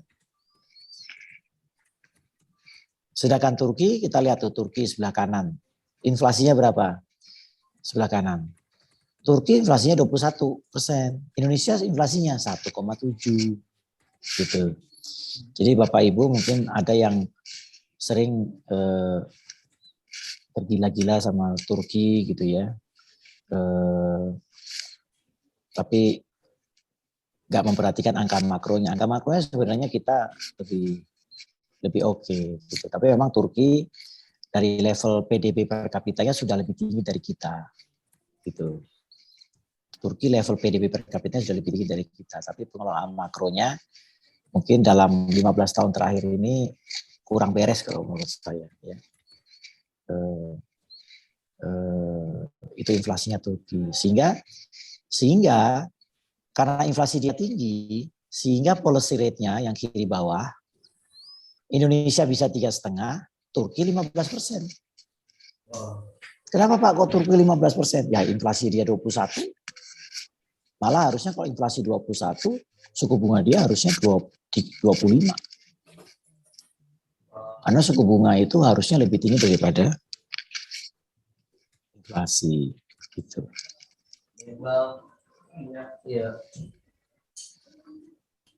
Current account kita masih surplus 1,4, itu surplus, warnanya merah tapi itu surplus. Turki sudah defisit 2,3. Nah, jadi nggak heran kursnya Turki melemah lebih cepat gitu dari kita gitu. Ya, yang memang kemudian yang Turki lebih bagus dari kita adalah budget defisitnya. Budget defisitnya 2,9, kita budget defisitnya 6%. Ya. Pembandingnya mana? Amerika dan sebagainya pada saat kemarin krisis itu budget defisitnya sampai 15% gitu. Jadi kira-kira apa nih yang dilakukan oleh pemerintah Turki kok budget defisitnya 2,9 kita 6%. Artinya di sana nggak banyak subsidi, kemungkinan besar. Mungkin subsidi vaksin mungkin nggak ada, subsidi bansos mungkin nggak ada gitu ya. Mungkin ya saya nggak memperhatikan APBN-nya Turki, tapi kemungkinan itu mungkin penerimaan pajaknya lebih bagus gitu. Sehingga subsidi bisa lebih kecil. Tapi kemungkinan besar dia pada masa pandemi ini nggak banyak kasih subsidi ke masyarakat mungkin. Terus, nah banking, tentu banking sektor kita belum normal. Maksudnya apa belum normal? Ya waktu pandemi kan semua tiarap. Yang ada adalah kredit bermasalah, ya kan? Kredit harus direstrukturisasi. Nah sekarang baru mulai bisa ada nafas, restrunya mungkin mulai bisa bayar bunga dan sebagainya. Jangan sampai jeblok lagi, gitu kan? Jadi kalau ditanya ada pertumbuhan kredit berapa? 2,2%, udah bagus. Dari kondisi pandemi ya, sekarang bisa tumbuh 2,2% itu udah bagus menurut saya. Nah terus deposit tumbuh berapa? 7,7. Loh kok bisa tumbuh lebih tinggi dari kredit? Ya bisa, uang yang nggak dipakai. Ada uang dari pemerintah dan sebagainya, tapi masuk ke bank, banknya nggak bisa ngasih kredit, nggak ada proyek-proyek belum pada jalan seperti semula kan. Jadi ya deposit growth lebih tinggi daripada kredit. Gitu. Loan to deposit ratio 79%. Jadi antara loan terhadap deposit. 79 itu tinggi apa rendah? Ini relatif rendah buat Indonesia karena kalau masa booming ekonomi, LDR kita itu di atas 90. Gitu. Bahkan ada bank yang LDR-nya 97, 95. Ya. Yang prudent itu sebenarnya 90-an. 90, 92 lah. Gitu. Nah, Indonesia itu kalau masa booming pernah LDR-nya 95, 97, ada bank yang sampai LDR-nya segitu. Nah, kalau sekarang angkanya 79 itu artinya rendah. Maksudnya apa? Antara pertumbuhan deposit sama pertumbuhan kredit lebih tinggi pertumbuhan deposit. Gitu. Ya. Terus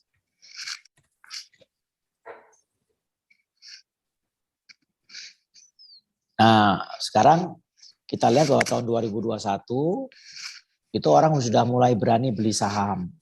Gitu. Memang ekonominya pada waktu awal tahun 2021 ekonominya belum akselerasi. Tetapi orang lihat bahwa oh ini kalau COVID-nya mulai melandai, ini kita bicara 12 bulan yang lalu ya. Mulai melandai, vaksinasi mulai jalan dan sebagainya. Lebih baik beli pada waktu itu saham dibandingkan beli sekarang gitu kan. Sehingga kalau investor-investor yang jeli, dia belinya ya 12 bulan lalu, 14 bulan lalu pada waktu pasar masih terpuruk dia beli gitu. Jadi dia terus kemudian makanya mulai masuk gitu ke pasar saham. Ya, investor luar negeri juga mulai masuk ke Indonesia. Jumlahnya belum besar, baru $2,5 miliar sampai November, belum besar gitu. Ke Turki malah keluar gitu. Bonds. Nah, di bonds kok Indonesia malah keluar investornya. Karena apa? Karena mereka sudah pada beli pada waktu di kuartal 3 tahun lalu. Kuartal 3 tahun lalu itu harga bonds kita lebih rendah. Mereka masuk. Ada yang luar negeri, ada yang dalam negeri. Terutama yang dalam negeri banyak yang beli. Karena yang luar negeri belum pada berani pada saat itu. Terus harganya naik. Harga bondsnya naik. Sekarang mungkin mereka nganggap oh harga bondsnya sudah maksimum nih. Mulai keluar mereka gitu. Itu namanya dagang bonds gitu ya. Kayak gitu. Tapi ini ya keluar bukan karena ada krisis. Ini keluar untuk take profit aja kalau menurut saya. Nggak usah, bukan keluar untuk sesuatu yang dikhawatirkan. Ini biasa untuk jual beli saja take profit istilahnya di pasar modal. Terus selanjutnya.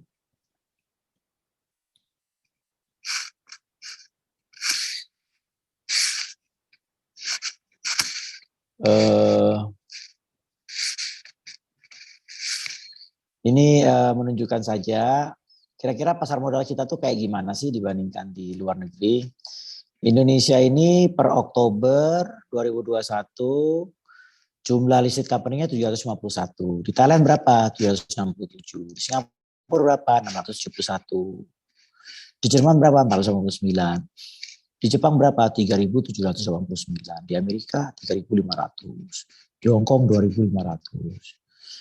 Nah, artinya di sana perusahaan-perusahaannya sudah masuk pasar modal lebih banyak. Gitu. Berapa kapitalisasinya? Harga saham dikali jumlah lembar saham. Berapa kapitalisasinya? Kita baru 571 miliar dolar. Jepang sudah 6,6 triliun dolar, gitu bacanya kira-kira. Di China 7,7 triliun dolar. Ya perusahaan China kan pasti jauh lebih banyak dan jauh lebih besar daripada Indonesia. Dia negara kedua terbesar di dunia. Gitu kan. Tapi kita sama Thailand, kapitalisasinya mirip-mirip. Thailand 582, kita Indonesia 571 miliar dolar. Kita bahkan sekarang lebih besar daripada Malaysia. Jadi market kapitalisasi Indonesia sudah lebih besar dari Malaysia. Malaysia baru 430, kita sudah 571 miliar dolar. Perdagangan di bursa kayak gimana? Perdagangan di bursa, jadi orang jual beli saham, itu di Indonesia 946 juta, average trading value. Di Malaysia 901, di Vietnam 295 gitu. Di Thailand lebih besar, hampir 2,5 kalinya, 2,6 miliar dolar. Di India lebih besar dari kita 9,5 miliar dolar. Gitu. Karena di Thailand juga di India listed company-nya ada 2.000 company, 2016 perusahaan. Kita baru 751. Saya rasa perusahaan di India juga lebih banyak sih daripada Indonesia. Orangnya di sana lebih banyak, udah 1,5 miliar orang. Terus selanjutnya, kenapa tuh jadi itu? Selanjutnya, ini sama saja. Yang kanan aja nih, saya mau nunjukin yang kanan. Yang kanan itu apa? Jadi kalau investor luar negeri mau investasi di pasar modal Indonesia, mereka itu ngikutin benchmark. Salah satu benchmark yang populer itu namanya MSCI, Morgan Stanley Capital Index. Ya, MSCI itu untuk investasi di saham. Jadi mereka akan lihat MSCI Indonesia di indeks MSCI berapa gitu. Ya. Sehingga kita lihat bahwa Indonesia itu tahun 2004 yang warna biru, Indonesia di MSCI itu tahun 2004, 2006 ya, 2006 itu 2%. Pernah 2%. Kok cuma 2% Pak Mirsa? Ya, emang kecil. Siapa yang besar di MSCI? Yang besar di dunia, China, Korea, Taiwan. Jadi di dalam MSCI Emerging Market, bobotnya Indonesia memang kecil, cuma 2%. Gitu. Sekarang berapa bobot Indonesia di MSCI? Hanya 0,5. Gitu.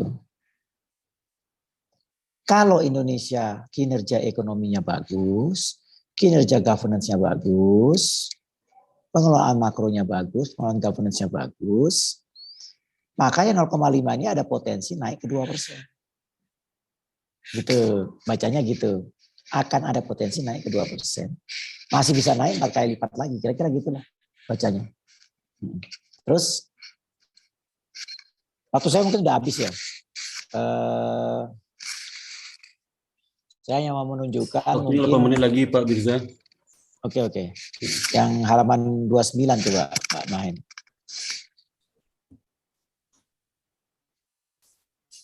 Yang ya chart ini ya. Chart ini ambil dari majalah Ekonomis ya. Jadi dia nulisnya gini, vulnerability to American monetary policy. Selected economies, vulnerability to American monetary policy. Yang warnanya banyak merah itu artinya paling lemah. Yang warnanya banyak biru itu paling kuat. Kan tadi saya bilang, kalau Amerika menaikkan suku bunga, apalagi kalau naiknya itu terus-menerus, ya, dan dinaikkannya suku bunga Amerika itu gara-gara inflasi di Amerika yang naik terus-menerus, sehingga dia harus menaikkan suku bunganya terus-menerus. Negara mana yang kira-kira akan goyang? Itulah kira-kira bacanya. Dia ngukur satu current account. Tadi kan saya bicara current account kan. Negara yang current account-nya surplus, artinya ekspornya lebih banyak, dia akan lebih aman. Negara yang defisit, current account-nya, ekspor-importnya, dia akan lebih volatile. Kedua, level utang. Gross public debt. Jadi utang pemerintah. Gitu. Ketiga, cadangan devisa, foreign exchange reserve. Keempat, consumer price, inflasi. Kelima, utang luar negeri. Jadi kalau yang tadi ada utang pemerintah, yang ini utang luar negeri. Utang luar negeri siapa? Gabungan. Utang luar negeri pemerintah, utang luar negeri swasta, utang luar negeri perbankan, gitu ya. Gitu. Kemudian diukurlah vulnerability index-nya. Siapa yang negara paling banyak merahnya? Argentina. Gitu. Skornya 33. Skor paling buruk berapa? Dia bilang di sini skor paling buruk itu kalau nilainya 40. Tuh country rank 40 most vulnerable. Di sini nggak ada yang nomor 40, ada yang nomor 3, adanya 33. Jadi Argentina external debt-nya merah, consumer price-nya merah, foreign exchange reserve-nya merah, gross public debt-nya merah. Birunya hanya current account. Mungkin dia surplus, tapi yang lainnya dia merah. Gitu. Sri Lanka 31. Brazil 24. Brazil apa? Gross public debt-nya warna merah. Foreign exchange reserve-nya merah muda. Consumer price-nya merah muda. Gitu.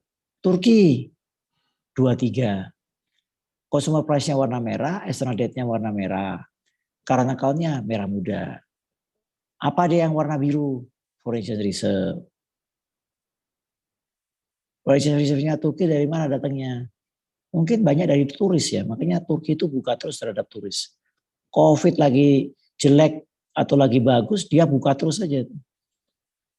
Orang mau datang nggak mau datang dia buka aja terus. Turki buka pintu terus untuk turis. Indonesia di nomor berapa? Kita lihat di sini. Indonesia nilainya 15. Gitu. Ini yang menilai ini itu loh, di ekonomis, ambil dari IMF, ambil dari World Bank, bukan kita menilai diri sendiri loh ini. Ini orang lain yang menilai. Ya. Jadi kalau current account kita nomor 18. Gross public debt kita nomor 12. Ya. Banyak orang yang nyorotin tentang utang. Ya. Oke, ada utang memang. Tapi di peringkat oleh si majalah ekonomis ini kita 12 gitu. India itu 35 gitu. Brasil itu 34 gitu. Argentina 37. Tapi kan ada itu yang nyorotin tentang utang terus gitu. Tapi kalau nggak ngutang kemarin nggak ada vaksin kita gitu. Kalau nggak ngutang nggak ada bansos kemarin itu gitu loh kira-kira jawab. Foreign exchange reserve kita nomor 20. Nah, memang nggak biru nih, agak-agak merah gitu warnanya.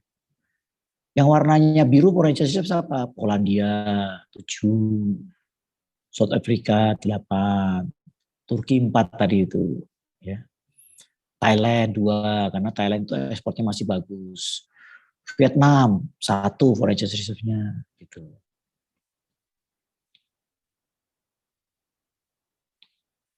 Nah, terus kita consumer price yaitu inflasi. Warna biru kita nomor 5. Lumayan bagus. Nigeria nomor 36, Turki 37, Pakistan 33, Argentina 40, Rusia 28. Ya, terus ada kita yang warnanya agak-agak merah juga ini adalah external debt. External debt 22. Nah,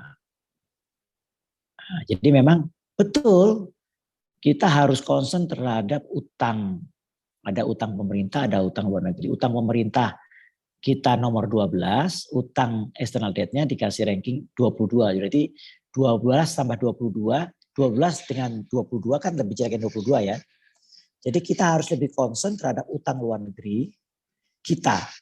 Di mana utang luar negeri itu gabungan utang pemerintah yang komponen luar negeri sama utang swasta yang komponen luar negeri. Gitu. Tapi apa yang warna merah utang luar negerinya? Malaysia warna merah 35. Turki warna merah 37. Sri Lanka warna merah 38. Argentina 36. Jadi apakah kita harus waspada terhadap utang luar negeri kita? Betul, kita harus waspada karena kita bukan warna biru. Gitu. Tapi apakah kita sangat jelek? Menurut saya enggak juga. Gitu. Tapi tentu kita enggak boleh terlena, tetap aja kita harus jaga-jaga karena utang luar negeri itu harus bayarnya pakai devisa. Jadi kalau kita itu punya utang luar negeri yang banyak, cadangan devisa kita harus lebih banyak lagi. Sedangkan kita cadangan devisa kita itu peringkatnya 20 sebelah kiri itu. Jadi bacanya gitu. Kalau kita utang luar negerinya besar, cadangan devisanya harus lebih besar. Gitu. Jadi artinya ekspor harus digenjot, pariwisata harus digenjot gitu. Gitu. Ini analisa ekonomi tanpa dikaitkan dengan politik kira-kira. Kalau yang banyak saya baca di WA group segala macam itu analisa ekonomi dikaitkan dengan politik. Jadi kalau yang satu selalu bagus-bagusin, yang sebelah kiri jelek-jelekin gitu. Mungkin itu saja ya. Ini udah jam 11.10. Saya rasa ini hari Jumat, jadi mudah-mudahan bermanfaat. Sebenarnya ada lagi sih yang saya mau tunjukin yaitu tentang kripto ya. Bahwa mau nggak mau kita ini harus mempelajari tentang kripto ya. Saya sendiri juga tidak ahli, tapi saya mulai mempelajari apa sih ini, binatang apa ini, karena kayaknya kita nggak bisa menghindar dari perkembangan kripto ini. Ya, perkembangan kripto cepat sekali. Otoritas moneter awal-awal menolak, tapi karena perkembangannya cepat sekali, akhirnya kita harus belajar, sehingga seperti Asosiasi Bank Sentral di Dunia itu juga belajar tentang kripto, dan beberapa bank sentral akhirnya juga berinisiatif untuk membuat digital currency. Karena apa? Kalau tidak membuat digital currency, akhirnya tersaingi oleh kripto-kripto itu, sehingga supaya bisa juga mengikuti perkembangan zaman, maka dibuatlah digital currency. Maka Indonesia juga mengarah kepada digital currency. Tapi memang terkait kripto ini harus kita monitor, kita pelajari gitu. Jadi karena ini sesuatu yang berkembang cepat sekali. Gitu. Mungkin itu ya saya ya. Terima kasih. Terima kasih kepada Bapak Mirza Aditya Warsa Waspara atas pemaparan yang sangat menarik. Dan tadi kita sudah mendapatkan gambaran bagaimana kebijakan moneter global bisa mempengaruhi kebijakan moneter di Indonesia. Dan saat ini juga memberikan gambaran tingkat suku bunga Fed itu cukup tinggi di masa datang, dan tentu saja akan ini sebagai perhatian bagi pemerintah Indonesia, dan kita sudah siap menghadapi itu. Dan juga kondisi inflasi ya, Indonesia saat ini tidak setinggi negara-negara di ASEAN lain, dan juga kurs kita itu juga turunnya tidak setinggi seperti di Turki dan sebagainya. Dan kondisi perbankan kita juga dalam masa datang akan mengalami proses pemulihan karena kondisi COVID yang berlalu 2 tahun kemarin. Nah, untuk itu pada saat ini Pak Mirza itu sudah banyak menanya. Untuk kesempatan ini kita berikan kepada mahasiswa untuk bertanya langsung, kita persilakan. Kalau di WA itu, kalau di chat ada yang sudah bertanya ada sekitar 8 orang. Kami persilakan kalau ada pertanyaan atau saya panggilkan aja yang bertanya melalui chat, saya panggil untuk bisa menyampaikan pertanyaannya. Seperti misalnya Rahiki Mahtum, kita utamakan yang mahasiswa dulu, Pak Mirza untuk bertanya. Silakan Pak Rahiki Mahtum, ini Mahtum ini mahasiswa. Rahiki Mahtum, silakan. Bismillahirrahmanirrahim. Assalamualaikum warahmatullahi wabarakatuh. Izin bertanya, Pak. Kan kita melihat perkembangan dunia perbankan ini sangat pesat ya, termasuk salah satunya digital dalam digital perbankannya yang mengacu ke salah satu contohnya itu Bank Jago. Saya melihat salah satu contohnya itu Bank Jago. Apakah bank konvensional seperti BCA, BRI akan terkalahkan oleh bank-bank seperti ini yang bisa dibilang digital ya, atau akan bertahan, dan gimana solusinya untuk mempertahankan bank-bank konvensional seperti BCA dan BRI? Terima kasih, Pak. Oke, kita kumpulkan dulu Pak Mirza atau Pak Mirza langsung jawab. Mungkin kita tiga dulu penanya pertama. Silakan. Oke. Berikutnya kepada mahasiswa Dinda Ayu, silakan. Assalamualaikum warahmatullahi wabarakatuh. Sebelumnya saya izin bertanya.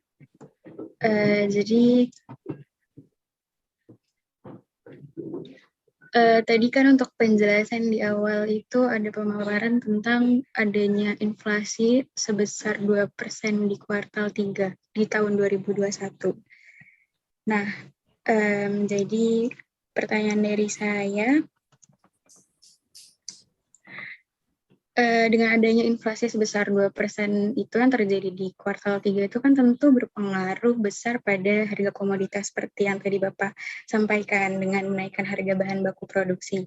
Nah, apakah adanya kemungkinan juga dari pemerintah untuk melakukan pass-through, dan apakah ada kemungkinan juga adanya resiko deflasi bulanan apabila kasus COVID-19 ini semakin memburuk dan PPKM jadi diterapkan lebih lama. Seperti yang kita tahu juga untuk berita di akhir-akhir ini adanya varian baru dari kasus COVID-19, Pak. Terima kasih. Oke, berikutnya kepada Saudari Raja Gusti, silakan.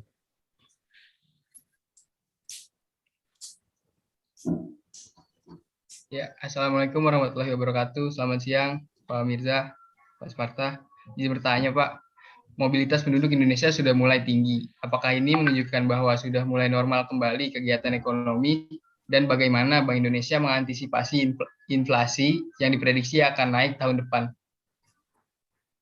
Terima kasih, Pak. Oke, demikian tiga dulu Pak Mirza ya dari mahasiswa kami. Kami beri waktu dan tempat, kami persilakan. Terima kasih.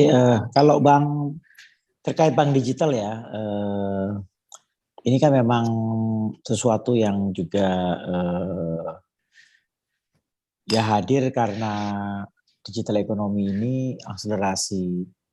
Dan digital ekonomi ini akselerasi gara-gara pandemi ini memang jadi akselerasi ya. Orang tinggal di rumah kemudian belanja online, tinggal di rumah belajar online, ada yang tinggal di rumah kemudian olahraga, tinggal di rumah nanam ngerawat ikan gitu, tinggal di rumah terus ngerawat tanaman gitu ya. Jadi tinggal di rumah terus bertransaksi dari rumah, apakah perbankan dan macam-macam gitu. Jadi memang dunia digitalnya meningkat, termasuk digital payment, termasuk digital banking gitu ya. Tapi pada akhirnya sama seperti perusahaan itu kalau dia mau dapat laba ya dia harus bisa melakukan penjualan, gitu kan? Dari penjualan barangnya laku, dikurangi dengan ongkos penjualan, dikurangi dengan biaya operasi, biaya gaji dan macam-macam, dia dapat laba apa tidak, gitu ya. Sama dengan bank digital. Bank digital sekarang ini harga sahamnya naik tinggi. Tapi itu semua baru karena mimpi. Gitu. Jadi ada mimpi di pihak manajemen, mimpi di pihak masyarakat, mimpi di pihak investor. Bahwa suatu saat nanti, gitu. Bahwa suatu saat nanti masyarakat akan berbondong-bondong beralih, gitu, beralih transaksi keuangannya menjadi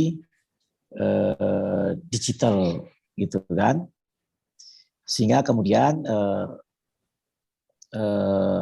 story-nya adalah bagi bank digital yang sudah punya ekosistemnya apa? Misalnya seperti Jago dianggap mempunyai ekosistem, satu dari Tokopedia, kedua dari Gojeknya, gitu ya. Maka itu ada ekosistemnya. Bahwa pada suatu saat nanti, ini analisa ininya kan hipotesisnya, bahwa suatu saat nanti semua customernya Gojek, semua customernya Tokopedia itu akan bisa buka account di Bank Jago, bertransaksi menggunakan rekeningnya di Bank Jago. Rekeningnya di Bank Jago akan makin besar. Kemudian Bank Jago bisa memberikan kredit makin banyak, sehingga kemudian Bank Jagonya menjadi profitnya naik terus, gitu. Itu kan semua berdasarkan hipotesis bahwa akan terjadi seperti itu 5 tahun lagi, 10 tahun lagi, 15 tahun lagi, gitu. Jadi memang sekarang yang terjadi kalau kita lihat harga saham terus bank-bank digital harga sahamnya jauh lebih melesat dibandingkan bank-bank konvensional. Jadi memang kemudian kita heran, apa iya bank-bank konvensional ini akan kalah, gitu. Saat ini ya belum. Saat ini kan bank-bank konvensional ini ya mau namanya Bank BCA, mau namanya Bank Mandiri, Danamon dan macam-macam, ya itu profitnya jauh lebih besar dibandingkan bank-bank digital. Karena bank digital kan nasabahnya belum banyak, gitu kan. Nah, akan menjadi masalah dalam jangka panjang jika bank-bank konvensional ini tidak berbenah diri, tidak melakukan digitalisasi, atau kemudian mereka memutuskan, ya sudah, saya punya 2 bank aja, satu bank konvensional, satu lagi anak usaha bank digital. Untuk siapa bank digital ini? Untuk nasabah baru. Nasabah baru yang senang sama digital. Siapa? Anak-anak muda, gitu. Jadi BRI bikin bank agro menjadi bank raya, gitu kan. BCA bikin BCA digital, keluar dengan aplikasinya Blue, gitu kan. Mungkin nanti Bank Mandiri juga gitu. BNI kemudian mengakuisisi bank apa namanya itu, saya lupa tuh, Bank Mayora atau bank apa. Kemudian kerjasama sama Shopee untuk bikin platformnya, gitu. Jadi bank-bank konvensional ini dia kemudian memutuskan untuk membeli aja bank kecil dijadikan bank digital. Untuk apa? Ya bersaing sama Bank Jago dan sebagainya ini. Apa sekarang bank-bank digital yang seada ini sudah profit? Saya rasa ya ada yang sudah profitnya tapi masih kecil, ada yang belum profit. Itu masih kalah jauh dibandingkan bank konvensional. Tapi kalau tidak cepat-cepat berubah bank-bank konvensional ini, maka dia mungkin 20 tahun lagi akan kalah. Karena apa? Karena yang nasabah ABG sekarang 20 tahun lagi akan jadi orang sukses. Yang ABG sekarang belum sukses. Namanya masih ABG kan. Tapi maunya buka account di bank digital. 20 tahun lagi dia sudah akan jadi orang sukses. Maka si bank-bank konvensional ini harus berubah. Kalau terkait inflasi tadi saya sudah jelaskan bahwa harga komoditi yang naik tiba-tiba di tahun 2021. Kenapa naik tiba-tiba? Karena aktivitas ekonominya tiba-tiba kembali normal. Dari tidak ada aktivitas menjadi ada efektivitas. Sehingga kemudian orang belanja nikel, belanja timah, belanja macam-macam sehingga harga komoditi naik. Nah, harga komoditi naik ini akan membuat kemudian inflasi. Nah, apakah tadi pertanyaannya apakah akan di-pass through gitu ya? Menurut saya sebagian sudah di-pass through. Mungkin Bapak Ibu, teman-teman Kalau beli tempe mungkin sekarang udah lebih tinggi harganya. Beli minyak goreng mungkin udah lebih tinggi harganya. Mungkin beli pedagang kopi mungkin harganya sudah lebih tinggi sekarang. Jadi nanti pasti suatu saat nanti akan dipasru kepada konsumen. Kemudian maka saya bilang bahwa inflasi kita tahun 2022, 2023 akan kemungkinan lebih tinggi daripada kan 2021 ini gitu. Mungkin itu jawaban saya. Terima kasih. Terima kasih Pak Mirza. Ini waktunya tinggal 7 menit lagi ya. Mungkin kita berikan sesi kedua bagi mahasiswa untuk bertanya. Yang pertama, silakan kepada Muhammad Ramadan untuk mengajukan pertanyaan seperti yang di chat itu. Silakan Pak Mas Ramadan. Muhammad Ramadan, silakan. Kalau enggak, saya sebutkan aja Pak Mirza pertanyaannya.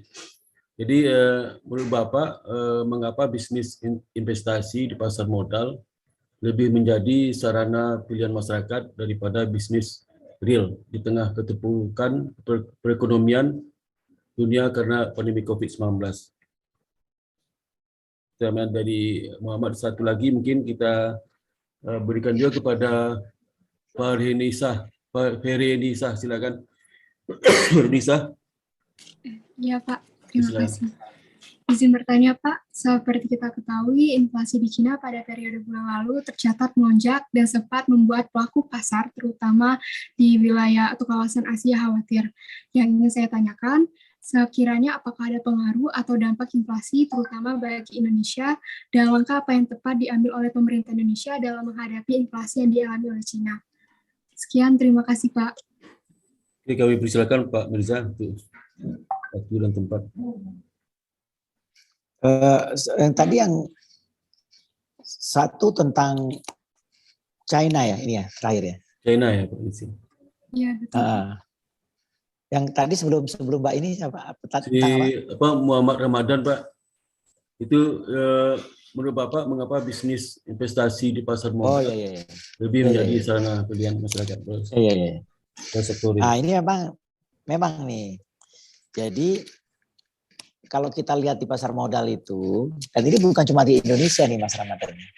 Di seluruh dunia, pada waktu kemarin COVID-nya lagi gencar-gencarnya, kita semua di rumah, itu kemudian di seluruh dunia, di Amerika, di Indonesia, di macam-macam, mereka duduk di rumah, sambil bekerja, kemudian ya ini ya, ngapain nih kalau nggak belanja online, ya investasi online gitu. Kemudian investasi online, lihat, oh ini harganya udah turun banyak gitu. Ini kita bicara misalnya Juni tahun lalu, Juli, Agustus tahun lalu. Nah, kemudian semua pada berbondong-bondong buka rekening di perusahaan-perusahaan sekuritas, ya, baik itu di perusahaan sekuritas konvensional maupun perusahaan sekuritas fintech gitu ya. Di Amerika juga begitu, ada Robinhood gitu ya, yang fintech, perusahaan sekuritas fintech di Amerika gitu. Di Indonesia ada Ajaib, ada Bibit dan sebagainya. Tapi ada juga yang konvensional, BCA Sekuritas, Mandiri Sekuritas, macam-macam. Pada buka rekening online. Kemudian lakukan investasi, ya. Yang ABG mungkin investasinya 1 juta rupiah, 500.000, 2 juta. Yang sudah pada bekerja mungkin ya investasi di 10 juta gitu. Yang kalau yang orang kaya ya sudah gitu kan. Nah, tapi banyak itu terjadi juga di Mandiri Sekuritas, terjadi juga di berbagai macam sekuritas, terjadi juga di Amerika. Sehingga kemudian tiba-tiba pasar modal kita kuartal 3 tahun lalu itu naik. Gitu. Covid-nya belum hilang. Tapi COVID-nya mulai mereda pada saat itu ya, sebelum Delta. Kita bicara sebelum Delta. Sama sebelum Desember tahun 2020. Tapi begitu Desember 2020-nya naik lagi, COVID-nya turun, pasar modalnya turun lagi. Kemudian Januari, Februari, COVID-nya mereda, naik lagi. Tapi kemudian ada Delta, turun lagi gitu. Sekarang udah Deltanya udah mulai hilang, naik lagi pasar modalnya. Jadi memang orang yang membuka rekening di perusahaan sekuritas itu masih terus bertambah, bukan cuma di Indonesia tapi berbagai belahan dunia. Jadi emang kalau ditanya, sektor realnya masih jelek atau baru mau mulai pulih, kok sektor pasar keuangannya udah naik jauh lebih cepat gitu. Ya itu ada satu memang faktor pandemi ini yang membuat orang di rumah kemudian melakukan investasi-investasi dari rumah. Jadi sebagai ilustrasi ya, saya kan komut Mandiri Sekuritas. Mandiri Sekuritas pada waktu kuartal 2 tahun 2020 itu, wah kita semua udah pada was-was kan, wah ekonominya kayak begitu, mandek ya. Pasar modalnya jatuh, tiba-tiba di bulan Agustus, September, Oktober tahun lalu, pasar modalnya meningkat pesat. Tahun 2020 itu, keuntungan Mandiri Sekuritas jauh lebih besar dibandingkan masa normal. Believe it or not, tapi kejadian gitu. Karena banyak nasabah baru yang pada buka rekening kemudian bertransaksi saham. Begitu mungkin jawaban saya. Nah kalau tadi yang terkait China, ya tadi ya memang China sendiri recovery lebih cepat dari kita. Karena pada waktu China kena COVID itu kan Desember 2019. Mereka selesai COVID mungkin Maret 2019 lebih cepat ya. 2020. Kitanya baru kena COVID 2020. Jadi China memang lebih cepat daripada negara lain di dalam recovery ekonominya. Karena dia yang pertama kali kena COVID gitu. Kemudian dia menemukan vaksin dan sebagainya. Sehingga memang akselerasi China itu lebih awal dibandingkan negara-negara lainnya yang sekarang baru sembuh dari COVID gitu. Mungkin itu Pak Sparta. Oke, terima kasih. 12 ini. Ya, oke, terima kasih Pak Mirza. Sangat menarik sekali beliau hari ini di mana kita mendapatkan informasi yang mungkin selama ini informasi kita boleh seperti kata Pak Mirza dari WA dari mana ternyata informasi sungguhnya lah Indonesia tidak seburuk yang kita duga. Itu seperti misalnya kurs kita itu masih baik ya dibandingkan Turki ya. Kemudian juga debt ratio kita juga tidak separah yang kita bayangkan oleh masyarakat awam selama ini, utang terbengkak dan sebagainya. Kemudian juga mengenai inflasi kita juga tidak terlalu tinggi seperti dengan lain. Dan harapan kita sebagaimana dijelaskan oleh Pak Mirza tadi, ke depan itu ekonomi kita merangkak naik, kondisi perbankan merangkak akan terjadi recovery, dan pasar modal sudah mulai bergerak, bahkan malah tahun 2020 disampaikan Pak Mirza tadi, karena banyak orang yang tidak ada aktivitas di luar, tinggal di rumah, sehingga tergerak hati untuk melakukan transaksi di pasar modal, banyak buka rekening sebagainya. Ini yang kita dapatkan informasi luar biasa dari Pak Mirza hari ini, dan mudah-mudahan kita bisa memberikan suatu manfaat yang baik di masa datang. Baik, kepada para hadirin peserta kuliah umum hari ini, tibalah waktu kita untuk mengakhiri acara ini karena waktu sudah menunjukkan jam 11.30. Untuk itu kami berikan beberapa hal yang sudah sampaikan tadi itu, sehingga demikian dapat kami sampaikan. Kami mengucapkan terima kasih yang tak terhingga kepada Bapak Mirza Aditya Waswara atas waktu yang telah diberikan kepada kami untuk sharing ilmu yang sangat bermanfaat serta informasi terkini yang diberikan kepada kami, sehingga teman-teman dosen, mahasiswa bisa mendapatkan fakta-fakta yang sesungguhnya yang bisa meluruskan kondisi Anda saat sekarang. Sehingga terutama di bidang moneter, pasar uang dan perbankan. Untuk berikutnya waktu dan tempat kita serahkan kembali kepada MC, kepada Saudari Nurita Dewi. Sekali lagi kita ucapkan selamat kepada Pak Mirza, semua kita sehat semua. Amin ya rabbal alamin. Assalamualaikum warahmatullahi wabarakatuh. Salam.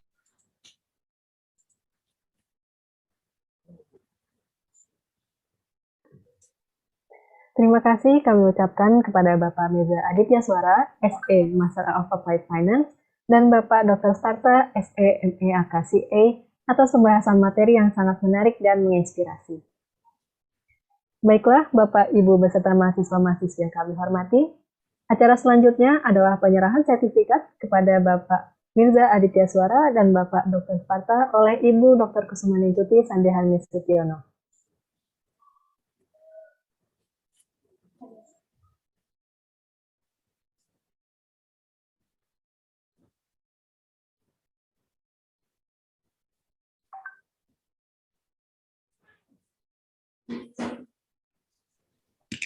Terima kasih. Pak Mirza, terima kasih banyak Pak atas kuliah umumnya. Kita anak-anak di Indonesia Banking School sangat mengapresiasi waktu yang sangat berharga ini pada pagi hari ini, dan kita bisa tahu apa saja indikator-indikator yang perlu diperhatikan dalam rangka mencermati perkembangan ekonomi dewasa ini yang sangat menarik, karena kita berupaya untuk pulih dari pandemi COVID-19 yang cukup belum pernah terjadi lah sebelum-sebelumnya, dan pengalaman-pengalaman baru ini sangat merupakan pelajaran yang sangat berharga bagi anak-anak didik kami. Terima kasih sekali Pak Mirza menyempatkan waktunya, dan sekalian kami Indonesia Banking School ingin menyampaikan Dirgahayu, selamat hari ulang tahun Lembaga Pengembangan Perbankan Indonesia yang keberapa ya Pak?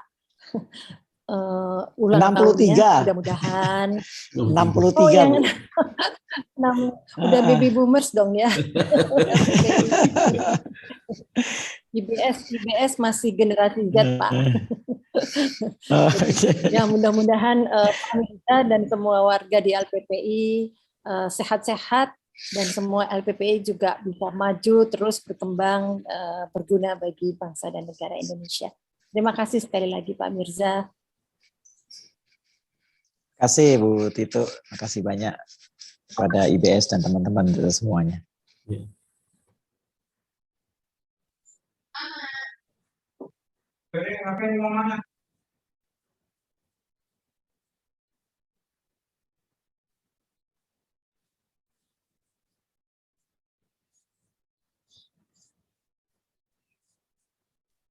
Kepada Pak Sparta, Pak Dr. Sparta SEMB AKCA, terima kasih sudah memoderatori acara kuliah umum untuk Prodi Manajemen Indonesia Banking School. Terima kasih banyak Pak Sparta. Ya, terima kasih Bu Tito. Saya mengucapkan mohon maaf sekali lagi kepada Pak Mirza itu atas kesalahan teknis di Zoom tempat saya.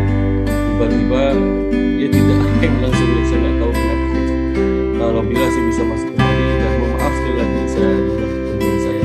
Terima banyak Bu Tito atas organisasinya.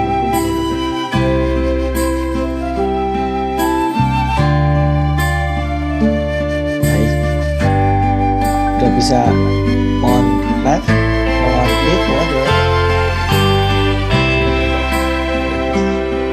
Terima kasih Pak Mirza atas waktunya, atas ilmunya. Terima kasih Pak Mirza.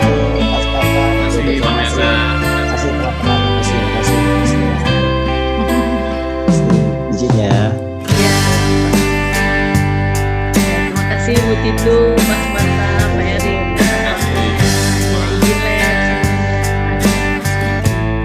Akhirnya sampailah kita di penghujung acara kuliah umum pada hari ini. Kami ucapkan terima kasih atas kehadiran dan partisipasi Bapak, Ibu, dan segenap mahasiswa-mahasiswa. Semoga acara kuliah umum ini dapat memberikan ilmu yang bermanfaat serta pemahaman bagi kita. Atas nama seluruh panitia penyelenggara acara dari himpunan mahasiswa manajemen Institut Indonesia Banking School, kami mohon maaf apabila ada hal-hal yang tidak berkenan selama acara kuliah umum. Sampai jumpa kembali pada acara kuliah umum selanjutnya. Tetap jaga kesehatan, patuhi protokol kesehatan, dan tetap produktif pada era new normal. Saya ucapkan terima kasih. Wabillahi taufiq wal hidayah. Wassalamualaikum warahmatullahi wabarakatuh.